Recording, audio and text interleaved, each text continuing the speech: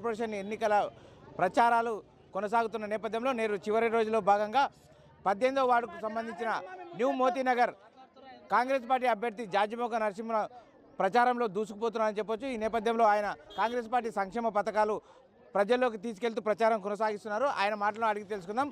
ప్రచారం ఈరోజు చివరి రోజు, గత 5 రోజులుగా ప్రచారం కొనసాగుతుంది. ప్రచారంలో ప్రజలు మీకు ఎలా ఆశీర్వదిస్తున్నారు, ప్రజలకు ఏం చెప్తున్నారు కార్పొరేట్ అయితే? ఒకవేళ నా పేరు జాజిమోక నరసింహులు, గతంలో ఈ ఏరియా మాజీ కౌన్సిలర్ని, మళ్ళీ ఇప్పుడు కార్పొరేటర్గా పోటీ చేస్తున్నా. వార్డు ప్రజలందరూ కూడా ఒకటే చెప్తున్నా, గతంలో అభివృద్ధి కొంచెం జరిగింది.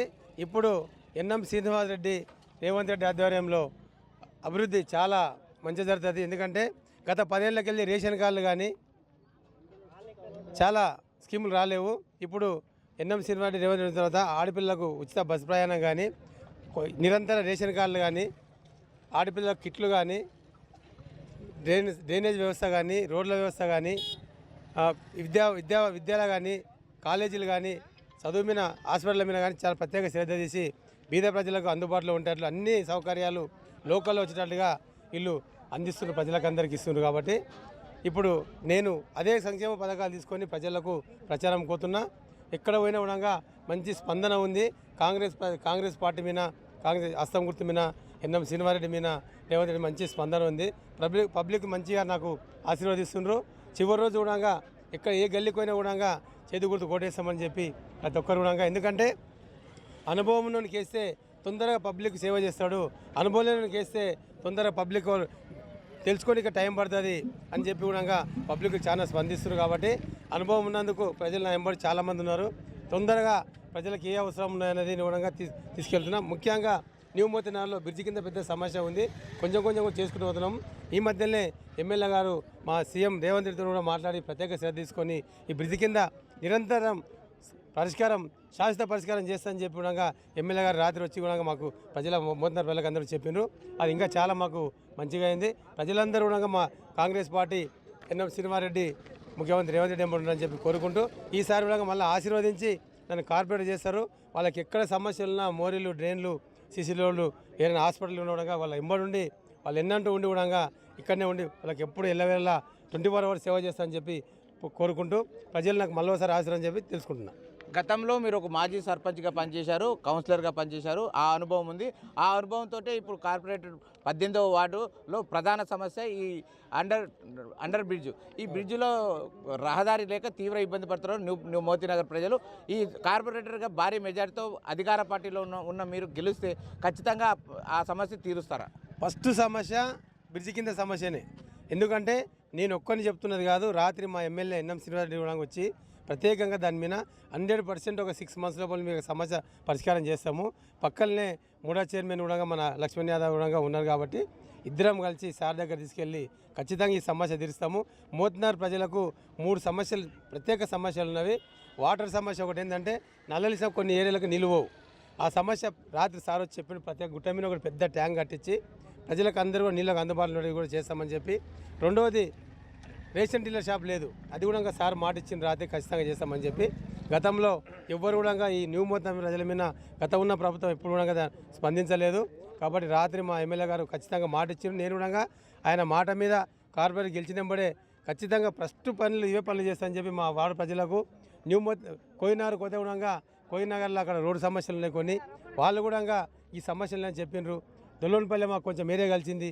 దొల్లోనిపల్లి కూడా కొంత మా యాదన్న కానీ ఇంకా కొంచెం మంది పెద్ద పాపరే మా మాజీ కౌన్సిలర్ కానీ వీళ్ళందరికీ కూడా కలిసి, రాములు యాదవ్, నేను, మా పెద్ద మందులు అందరం కూడా కలిసికట్టుగా మాట్లాడుకొని ముఖ్య సమస్యలు ఏముండవు, ఫస్ట్ పాయింట్లు అవి ప్రజలకు అందుబాటులోకి ఉంటారు, రోడ్లకు ఇబ్బంది కాకుండా ప్రజలకు ఏదైతే సౌకర్యం చేయాలో ముందు చేద్దామని చెప్పినాక అందరం కలిసి మాట్లాడుకొని ముందుకు వెళ్తున్నాము. ప్రజల స్పందన మాకు చాలా బాగుంది. ఇది గట్టిగా చెప్తున్నాము, ఖచ్చితంగా గెలిపిస్తున్నారు, ఖచ్చితంగా మెజార్టీతో మనం గెలుస్తున్నాము. ఆ వార్డు ప్రజల ఆశీర్వాదంతో ఖచ్చితంగా ఈ పనులు ముందు తీసుకుపోయి చేపిస్తామని చెప్పి ప్రజలకు నేను హామీ ఇస్తున్నా.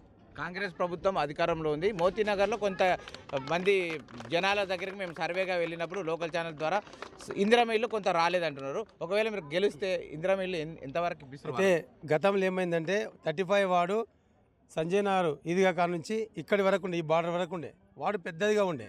34 ఇందిరమ్మ ఇల్లు శాంక్షన్ అయినాయి. అక్కడక్కడ కలిసి ఇచ్చినాం. ఇప్పుడు మళ్ళీ మాకు కొత్తగా, ఎందుకంటే అందరికీ సమానం చూడాలి కాబట్టి ఇప్పుడు మాకు ఆ సమస్య లేదు.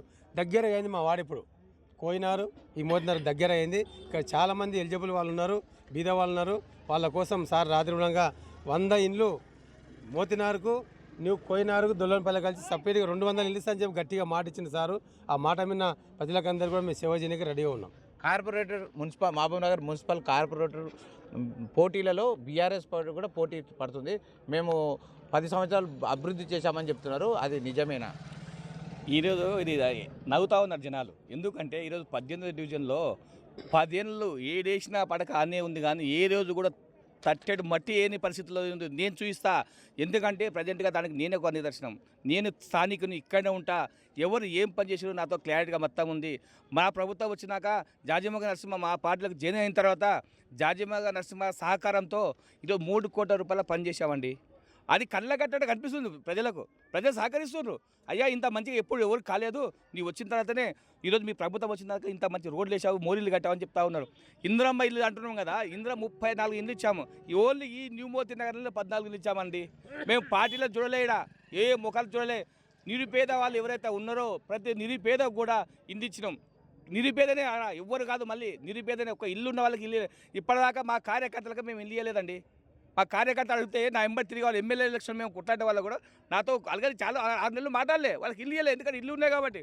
నిరుపేద వాళ్ళకి ఇల్లు ఇచ్చాము, రేషన్ కార్డులు ఇచ్చాము. నెలకు 1000 రూపాయలు కరెంటు బిల్లు మాఫీ అవుతుంది. అంటే ఒక నిరుపేదకి ఇంకేం కావాలి ఇంతకన్నా? బస్సు ఫ్రీ పెట్టాం. ఈ సౌకర్యాలు చూసి ప్రజలంతా బ్రహ్మరథం పడతా ఉన్నారు. కాంగ్రెస్ పార్టీ గెలిపించుకుంటే పెద్ద ఎత్తున డెవలప్ చేస్తామని చెప్పి చేస్తాం. నేను ఒకటే చెప్తా ఉన్నాను ప్రజలందరూ కూడా, అయ్యా 18వ డివిజన్ చాలా వెనుకబడి ఉంది, ఇప్పటికైనా మనకు ఒక మంచి అవకాశం దొరికింది. రాత్రి ఎమ్మెల్యే గారు కూడా వచ్చారు, కాలనీ మీటింగ్ ఖచ్చితంగా ఉన్నట్టు చెప్పారు. మనకు ఏ ప్రాబ్లమ్స్ ఉన్నాయి, ఏం చేద్దామనేది క్లారిటీ ఇచ్చాడు. కాబట్టి 100% ఎమ్మెల్యే గారు అన్నది చేస్తాడు, చెప్పింది చేస్తాడు. ఎందుకంటే ఈయన మాటల మనిషి కాదు, చేతల మనిషి. చేతల్లో చూపించాడు, ఓన్లీ మాటల వరే కాదు. కొందరు షోప్లో చూస్తారు, ఏదో చేస్తాం, అంగమ్మ కాదు. ఇతను పనిచేసే వ్యక్తి, ప్రజల కోసం పుట్టిన నాయకుడు ఎమ్మెల్యే ఎన్ఎం శ్రీనివాసరెడ్డి గారు. ప్రజల మనిషి, ప్రజలకు ఏం చేయాలో చేస్తూ ఉన్నాడు. కాబట్టి 18వ డివిజన్ ప్రజలందరూ కూడా మరొకసారి విజ్ఞప్తి చేస్తూ ఉన్నాను, చేతెత్తి అందరూ కూడా దండం పెడతా ఉన్నా. ఇంటింటికి ఆదరణ చాలా బాగుంది. పెద్ద భారీ మెజారిటీతో జాజిమగ నరసింహని గెలిపించండి.